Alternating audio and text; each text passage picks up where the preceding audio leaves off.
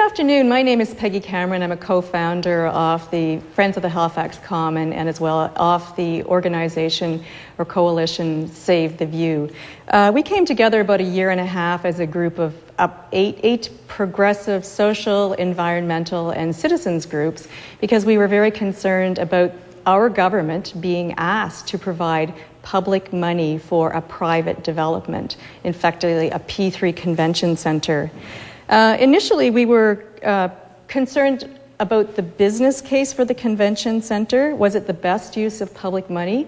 Since that time, the Auditor General has come out and said that P3 schools cost the province an extra $52 million.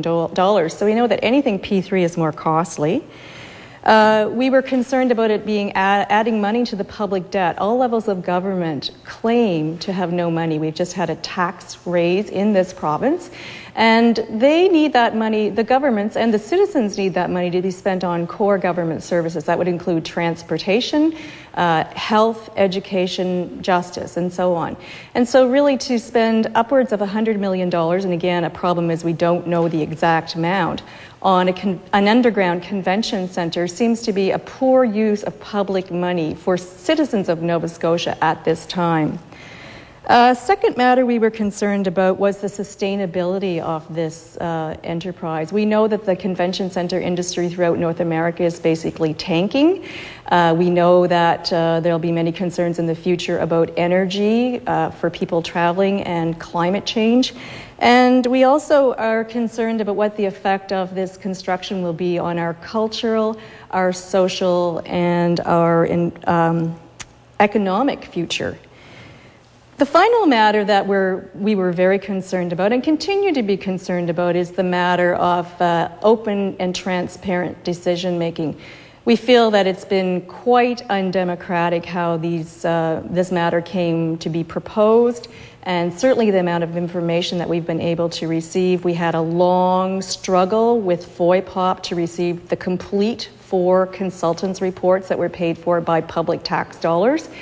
And we feel that it's been very difficult, daunting in fact, for a group of citizens, engaged groups, to really have a sound ability to respond to what are largely machinations from a communications industry that sees they get benefit from a New World and Trade Convention Center. So I'm inviting other members of the group to step forward and give what their perspective is on the coalition, and I hope you find it edifying, or at least interesting. Thank you. Thank you for coming.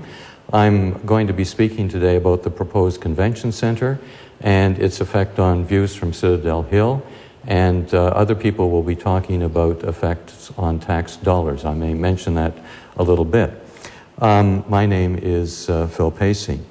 In 1749, Halifax was founded on the slopes of this hill because it commanded spectacular views of the harbor, the finest the founding officers had ever seen.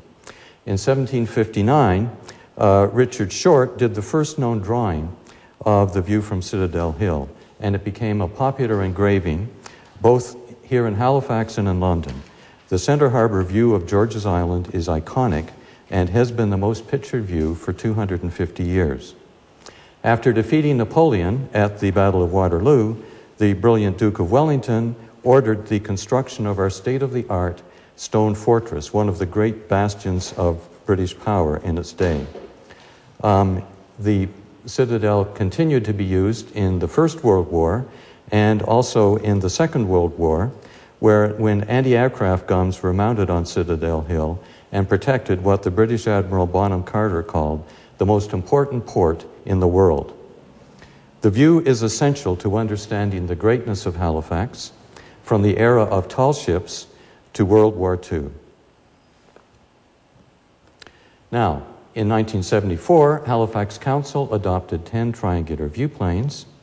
The Council recognized immediately that tall buildings near the Citadel between the narrow ends of the viewplanes could wall off the view and dominate the Citadel. From 1978 to 1986, Halifax Council adopted policies to control heights in the vicinity of Citadel Hill to avoid walling off the view between viewplanes. City Council and the Provincial Review Board in 1984 rejected 2 towers between viewplanes based on these policies. The city staff, the Board of Appeal, and the Court of Appeal also rejected the Midtown Tower because of these same policies. It has never been enough just to obey the viewplanes. People go to Citadel Hill to see the view, especially the iconic Center Harbor view of George's Island. Citadel Hill is one of our assets today. The American guidebook, 1,000 Things to See Before You Die, says the Citadel ramparts are impressive, and equally impressive are the views over Halifax and the second largest natural harbor in the world. And this is mentioned in most guidebooks of Nova Scotia and many travelogues. 800,000 people visit Citadel Hill each year.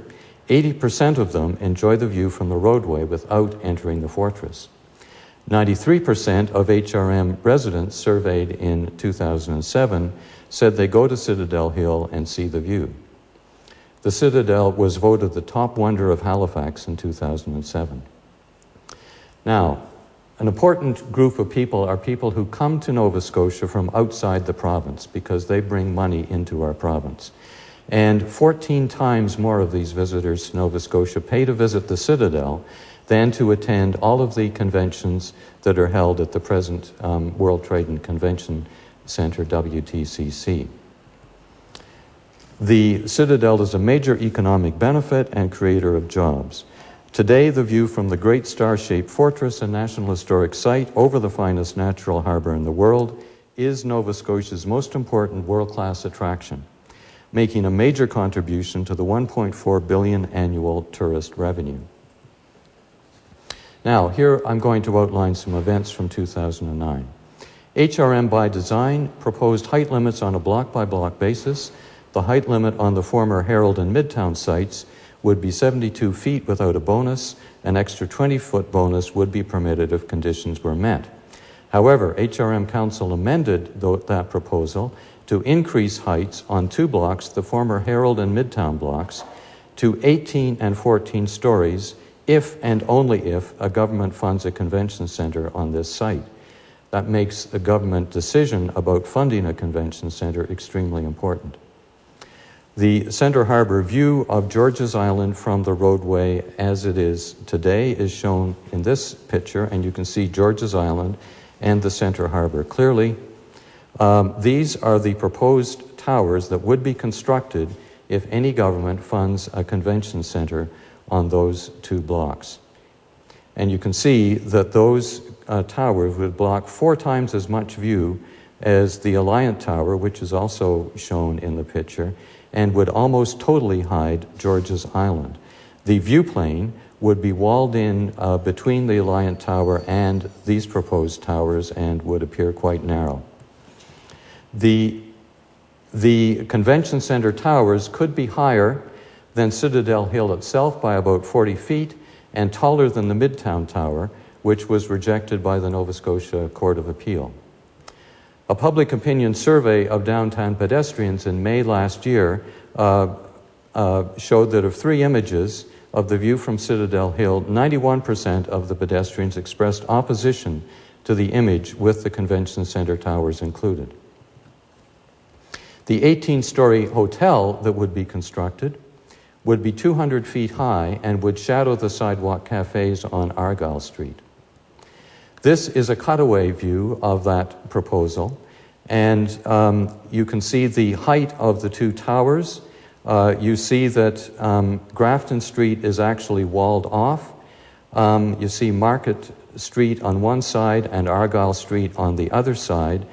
It will be small print to be able to see, but the convention center is actually almost entirely underground. Indeed, there would be parking levels at the very bottom of the structure, which would be 4 and 5 stories underground, not an attractive place to be.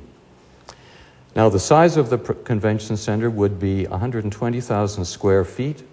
The site between Argyle and Market Streets has 80,000 square feet of land, so a convention center could be accommodated in a 2-story building. The towers proposed are not necessary and should be eliminated. Several buildings in the vicinity of this site have been constructed viably at between 4 and 6 stories on adjacent blocks. This is not the only convention facility in Halifax. The current trade center has about 58,000 square feet, and as noted on the website, it can expand into the Metro Center when it's not in use for exhibit space and so on, to give a total facility of 100,000 square feet to accommodate some quite significant conventions.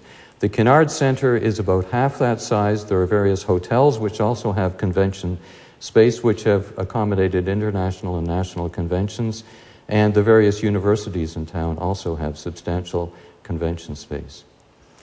The current trade center is not at capacity by any means. The average utilization rate of the convention center in the 4-year period most recently documented was only 44%. And this is quite typical of convention centers across the continent.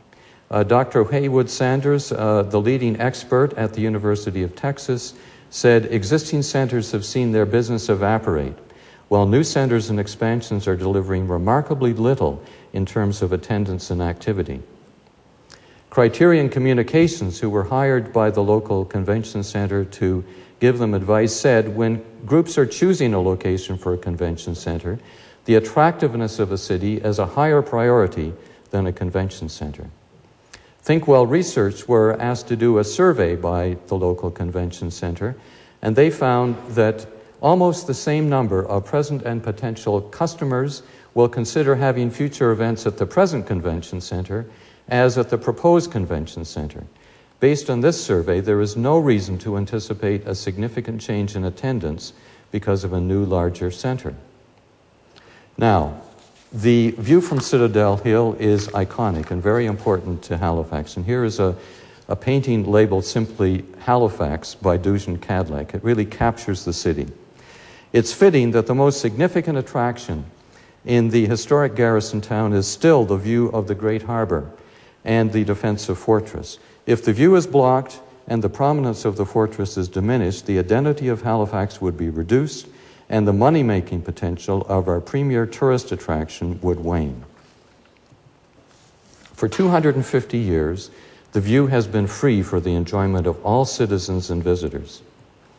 A tourist facility, like a new convention center, should not be allowed to spoil a tourist attraction like the view. The view is public and should not be turned over for private profit. The people's money should not be used to block the people's view. No government should waste taxpayers' money on this project. Please support the view from Citadel Hill. Please visit our website at www.savetheview.ca.